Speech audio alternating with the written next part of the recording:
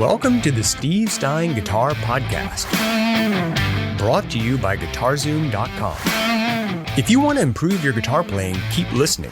If you want to improve even faster, go to GuitarZoom.com, where you'll find all of Steve's premium courses, masterclasses, and memberships that'll help you quickly and easily improve your playing. Now here's your host, Steve Stine. Let's go ahead and get started. We're going to be doing today, in the first session, if you remember, what we're doing is we're celebrating the launch of my chord mastery course. So before we get started, I just want you to let you know that everything I cover in here is going to be in that chord mastery course. So what you can do if you're interested is head over to GuitarZoom.com. You can check out this and over 40 different courses that are available through a membership, a premium membership that we've got available. So if you're interested, please go over and check that out, okay? It'll help me out a ton if it's something you're interested in. So in the first session, what we did was we talked about chords and how to make chords, optimizing your chord playing, that sort of thing. And in the second session, we talked about strumming and rhythm, organic strumming. Steve is here, Lisa's here, Anthony is here, Carl is here. How you doing, buddy? Steve Ford is here. Great. Okay, we have so many people here already. This is just great. So what we're going to do today is I'm going to try and shift a little bit and still work with a little bit of open chords, but I want to move into some power chord distortion stuff too, because I know we have a lot of people on the calls that we do stuff like this, these live sessions, where people talk about this sort of thing, and they want answers on distortion, using distortion and things. So I'm going to do both of these things today. Okay, so the first thing I'm going to do here is I'm going to start off by being on a clean channel. That should be pretty good. I don't want to overload the signal here. Now, I've been working really hard for the last couple of days trying to get this audio optimized so it's a little bit louder, a little bit cleaner for you. And so hopefully that's working for you. Please let me know if you can hear my guitar and everything well, okay? Kenneth is here. Craig from London is here. Awesome. So great. Okay. So the first thing I want you to understand is we've been talking about how we separate our hands when we practice. We practice our chording and we practice our strumming through a technique called scratching. And we try and put these things together. That's what we're talking about today, is putting these things together, okay? So let's try this once. Let's say that you're struggling with being able to play a chord and strum and move chords at the same time.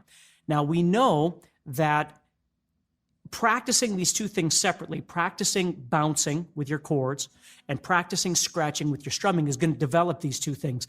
And I need you to understand that it's very important for you to be aware of those techniques and any limitations that you come across. So when you're practicing, if you wind up going, you know, boy, this D is really kind of slow, or whatever the chord is that you're trying to work on, a bar chord, doesn't matter what it is. But in the context of your practice, you realize that that particular chord or series of chords or whatever it might be needs some work, needs some tender love and care. You need to take time out and you need to practice bouncing and all of those things to optimize it. Okay? And then you can practice what I refer to as lifting and shifting, which is after you've bounced one or two or three or four chords, you start trying to get used to being able to move around and connect by lifting and shifting. And lifting and shifting only works if you've properly spent the right amount of time bouncing each one of those chords, right? And again, please go back and watch these live sessions, because if you have any questions, these things are going to help you. Okay, and then we talked about scratching.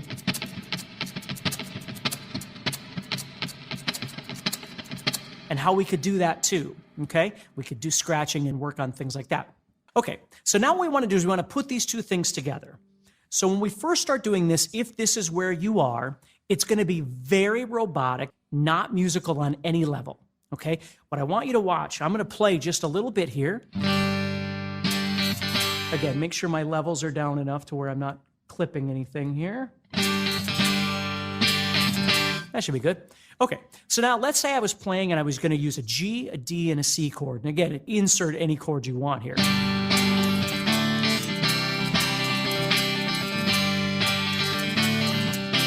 Maybe I'm using bar chords.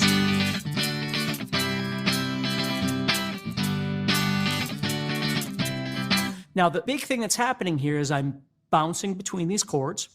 I'm strumming and I'm doing the maraca thing I talked about, right? Where I'm not stopping, anything like that. But here's the deal. There are going to be times when you are shifting from one chord to the next when you're still going to be strumming.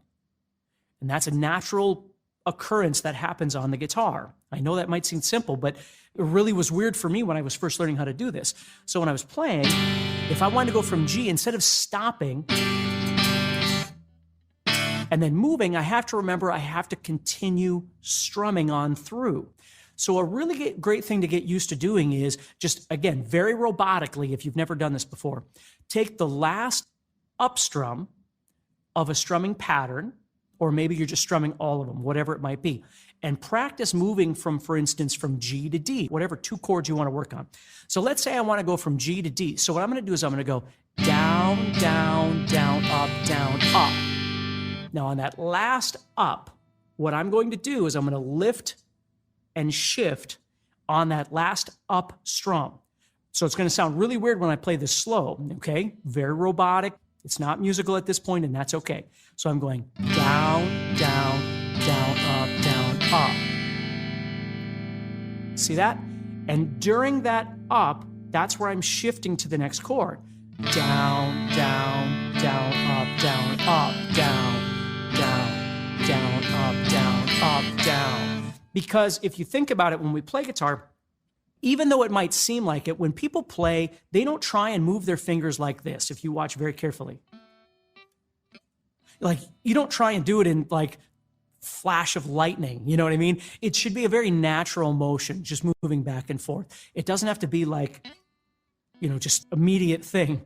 It just looks weird and it feels weird and it sounds weird. So you're not doing that. What's happening is on that last up strum, that's a perfect place for you to lift and shift. Now, the truth is, for that one strum, you're going to get a strum of no chord, and it happens all the time. So now listen as I speed this up.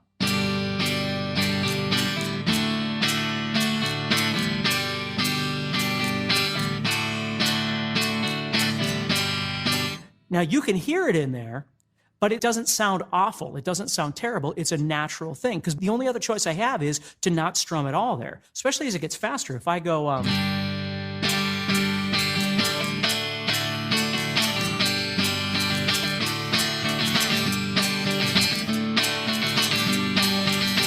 you see, I need that up strum to be able to shift to where I'm going next. Okay, so think about that when you practice these things, that you can use that up strum right there as sort of an escape to get to the next chord. That's where your lift and shift is going to happen, to get over to that next chord. Now, if you were playing bar chords and you were doing this, let's say I'm going from G to D as a bar chord. Well, the difference here is that I could still strum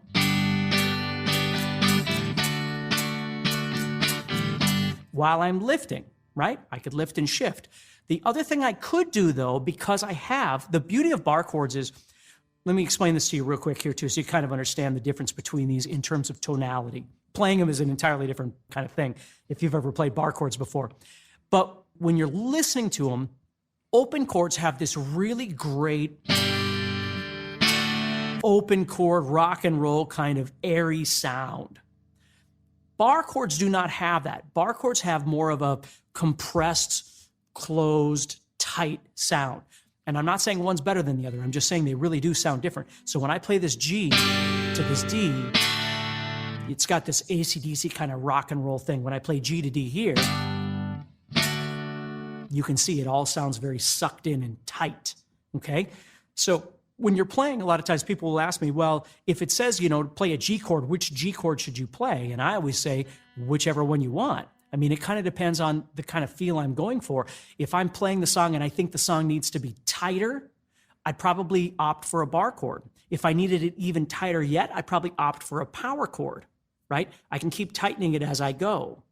If I want it loose and rock and roll and strummy and that sort of thing, I'm going to try and play it as open chords if I can, which brings up a completely non-related subject, which is a capo. Like, a lot of times you could play a song, but maybe the only way you can play it is either you got to play it as bar chords because it's not in a key that works for open chords. Let's say you're playing in the key of A flat or something like that. But the other thing you could do is put a capo on. Well, a lot of times people think of capos as just being cheaters because you don't know your other chords. Well, the truth is a capo is a great thing to use when you still want that open chord, airy, rock and roll, strummy sound. and you don't want to compress it into these bar chords. You still want that open chord sound. That's a great time to use a capo, okay? So hopefully that makes sense to everybody, okay? So as I play then, what I can do with this is with the bar chords, because I have control of all these strings, I could, instead of lifting as I shift, again, I don't want to clip the tone here, so if I go,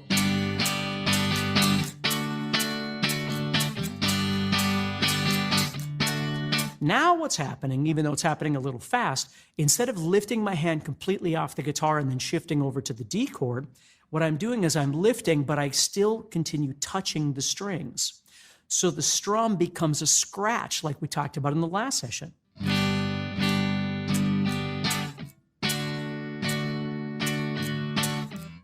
And what this does is it enables me to keep that strum going as I speed this up, but maybe I don't want that open sound. When I'm switching from G to D, I really don't have a choice because I'm strumming strings that are open, unless I,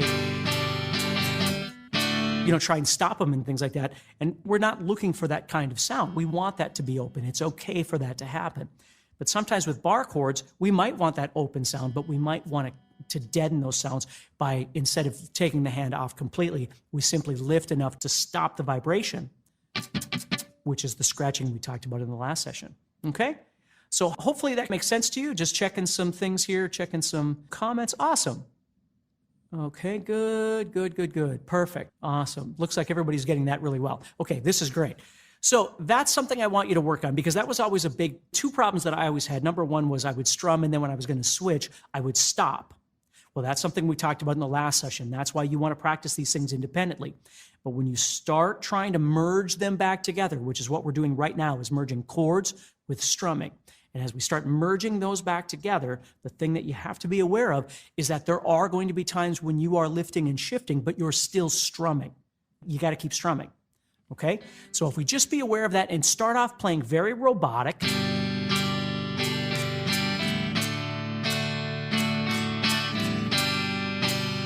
and just get used to that. Now, as we get more comfortable with that, we could move back into our organic strumming that we were doing in the last session.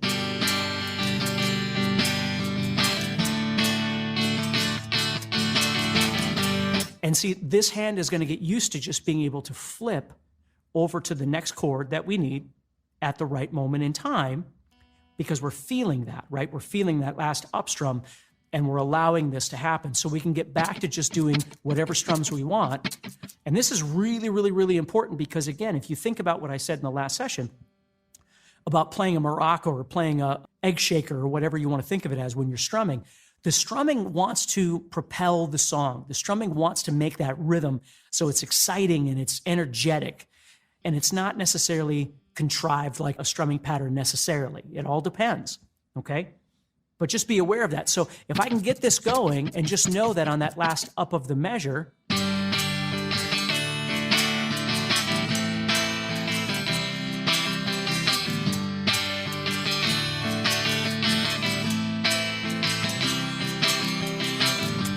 right, little cure right there, okay? It just makes the whole thing sound more authentic when you're playing, okay? Now sometimes, and I don't know if this is intentional or not, but if you think about it, I'm going to give you two different examples here. The first example sounds like this.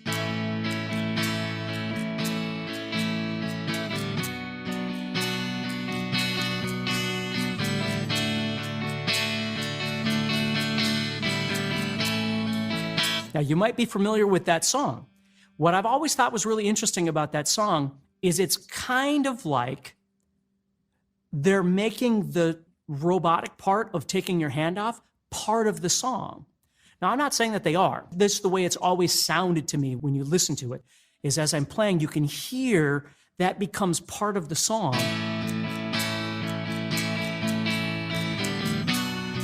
You see that?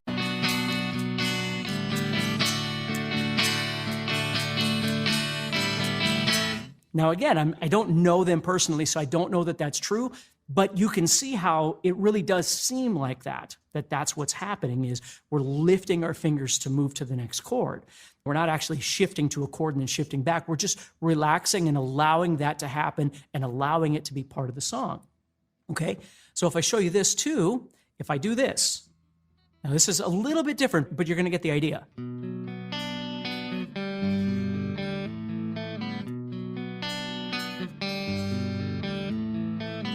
Okay, in that instance, what's happening is, as I play, the last note that I play winds up being an open string, which allows you to then move.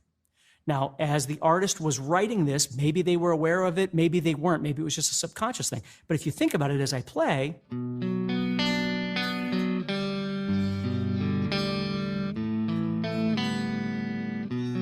we've got those open notes that allows us to get lifting and shifting from one chord to the next as we play. If I did this.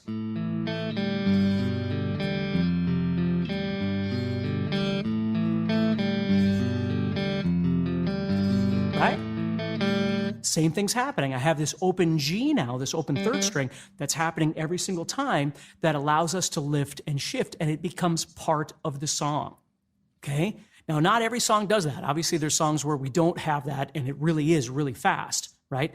But if you think about it in just these various examples of popular tunes, you can see how this can happen, and it just becomes part of the way people play.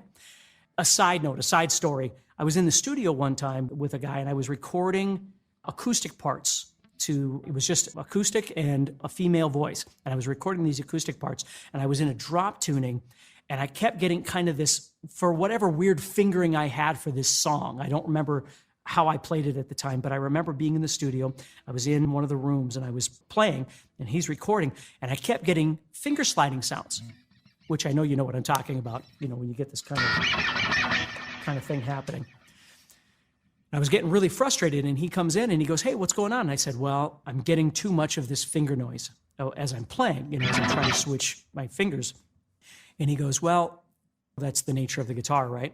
And he wasn't trying to be a jerk about it. He was just saying, there are things that the guitar does. There are noises that the guitar makes. That's a very natural element.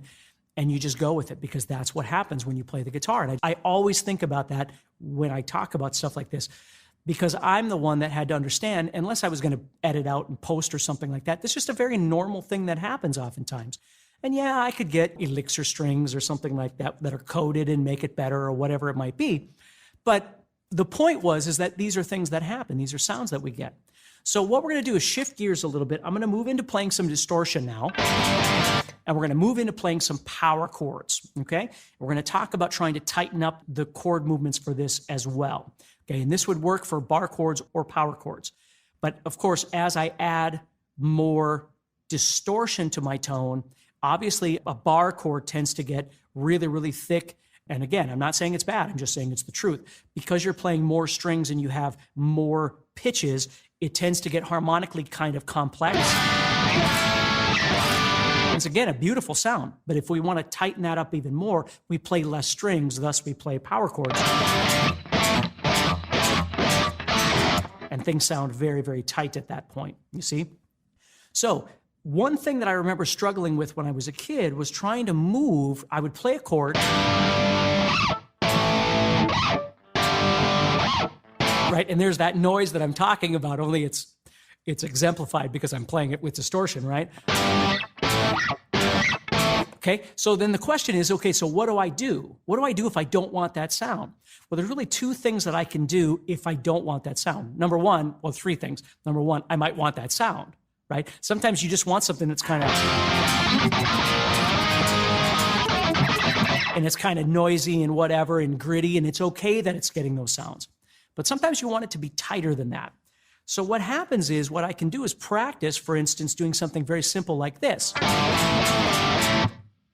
Right? Which you might be familiar with. Right? That sort of thing. And what I'm doing is, I'm playing a power chord from 3rd fret to 5th fret. And what I have to do is, as I move, I'm not lifting my fingers at all. I'm sliding. So I should be getting noise. But what happens is, I strum at the exact right time, so you don't hear that. That's a different kind of sound. If I slide, now I'm getting, right?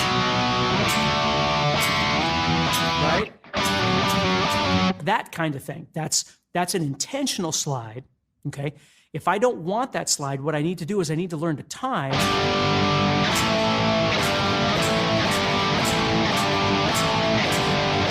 I need to learn to time my movements so I get minimal amounts of that audible slide. Now, again, it might be in there a little bit. As you make things faster, it's harder to hear it, right? When it's slower, it's a little bit easier to hear some of that. But that's something that you can work on, is just your timing, strumming.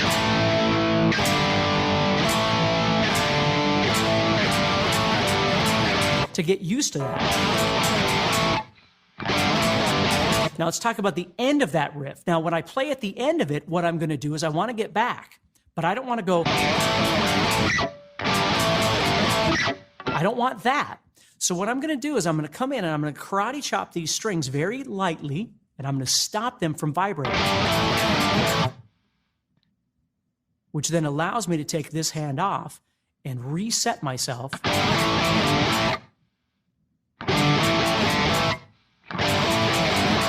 See that? So that's another technique that you can do when you're playing. Sometimes when you're playing, you need to learn that you're going to have a space in between. Again, our three choices. We're going to get noise in between. Maybe it's scratching, whatever it might be, like we talked about in the very beginning of this session. Or maybe it's timed, so we're going to slide. We're going to keep the pressure down. We're going to slide.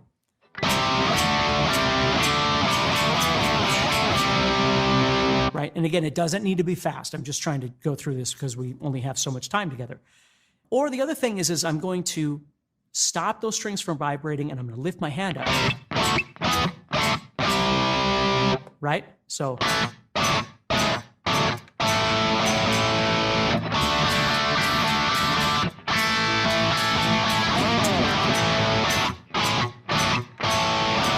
You see, as I do that, there's certain places where I'm going to allow them to connect, and then there's other places where I want that disconnect by taking my hand in, touching those strings, and stopping them.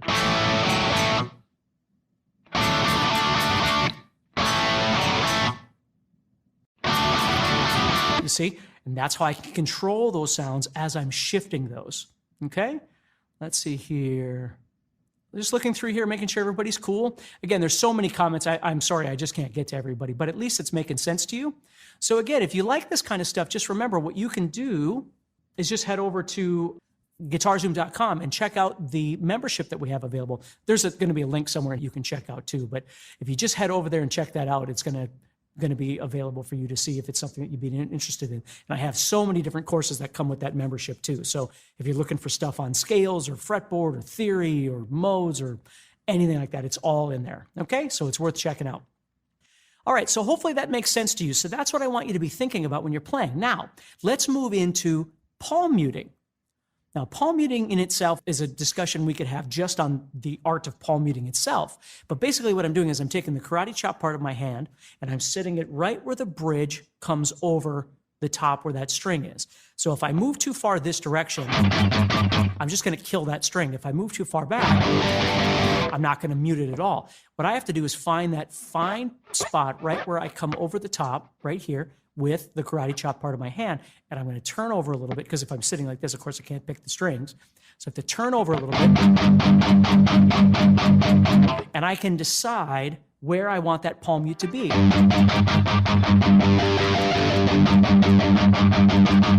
To get the sound that I'm looking for. Now, as I'm playing a power chord, this goes back to the first session that we did. I'm going to deaden out everything I don't want with my index finger, so nothing is vibrating unwanted, right? The only thing you're going to hear are the top 2 or 3 strings. Right? So I'm getting this palm muting sound, the palm muting that I'm looking for by moving around a little bit, find that fine spot. Okay, and there I am. So now what I want to do is I want to practice being able to do the same thing. Now you're going to notice when you're palm muted, you're going to hear that slide. Like the story I told you, you're going to start hearing this because it's just part of the sound of it. So what I like to do is I have students, for instance, practice different techniques to get used to being able to do this. So what I have them do is play a 3-finger 6-string power chord up here. Okay?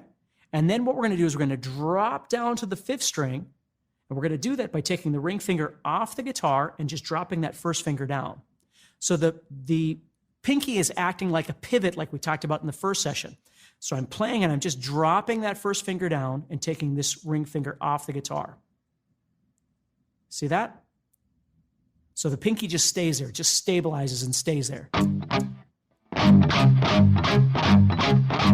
And then, of course, I drop my pick down to the 5th string and then back to the 6th string. So that's another shifting element that you can practice. And what I have students do is what I've always called a figure 8. I'll have them do this, and then they're going to move up and go from 5th string to 6th string. And then they're going to move up and go from 6th string to 5th string. So it's like a figure 8. They're going, and then we go back. So it makes like a little 8 loop.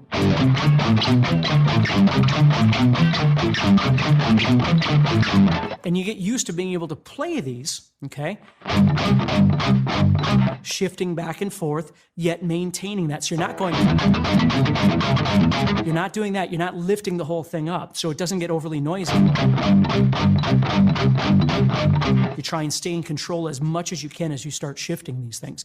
So that gives you some ideas of how you can practice with open chords or bar chords or whatever it is that you might be doing with some clean guitar, how we can put on the distortion, and whether we're using power chords or we're using bar chords, how we can either do one of 3 things. We can utilize the noise and accept it and love it, because that's true. It's a reality in certain styles of music. We do that.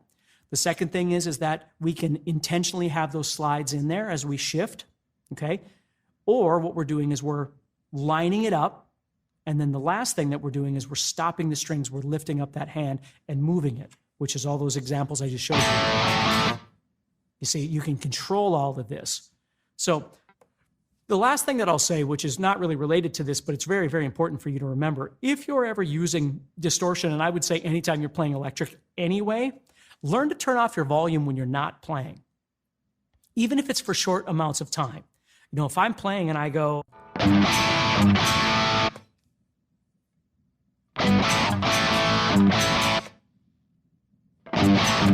I never go and just leave it open. And the reason is because if you ever get an opportunity to play a lot like on stage and you're really, really loud, this sometimes just turns into feedback. So you get used to turning your volume off whenever you don't need your volume on.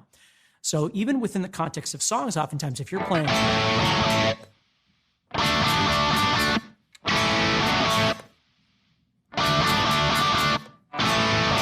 you can get used to turning your volume off as you're playing. It depends on how much time there is. I mean, sometimes you don't have time. And sometimes what helps a lot too is if you take your volume and again, depending on the song, what you can do is take that volume and maybe in your rhythm parts, just back your volume off a little bit. And that'll really tighten up all that stuff. And then when you need it to be heavy again,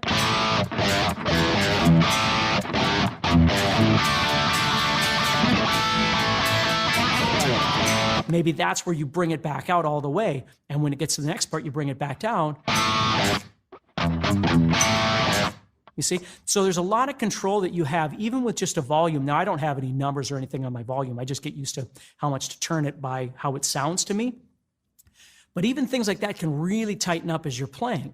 It's a technique I know Slash and a lot of other players use, is instead of just having it on 10 all the time, you drop it back a little bit, you tighten up that tone, a little bit less distortion filtering through there. And when you need to really open it up, you pull it back up, all the way up.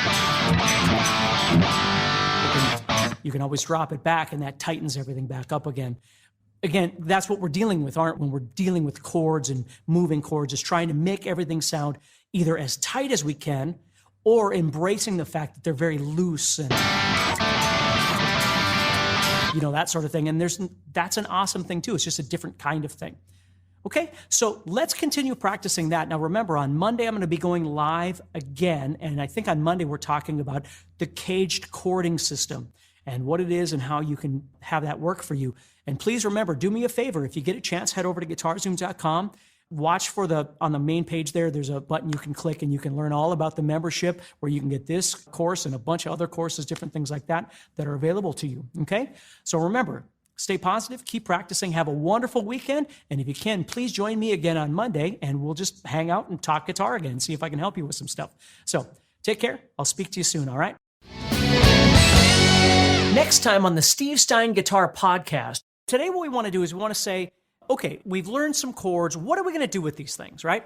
So here's what I want you to start thinking about. One thing that I learned early on, which made no theoretical sense whatsoever, but it was if I was making a chord and I had a finger that I wasn't using on the guitar, I would try and place it somewhere on the guitar to see if I could change the sound of things. And when we change the sounds of chords, of course, oftentimes we change the names of them. Not always, but oftentimes the names will change. Well, we're not really worried about that right now because we're not going down the theory route today. We're just going down a creative route. That's what we're looking for. So let's say you were playing something like a plain old C chord. Okay, so you think about that C chord, and I think, okay, I've got this pinky available and it's not doing anything, so why not figure out where I could put it? Okay, so one thing I could do is, for instance, I could place this pinky on the first string on the 3rd fret. Now, it's not going to change it dramatically, it's just adding in that sound up on top. Okay, so it's just adding this higher register on top of that chord, but it does sound kind of nice. Okay,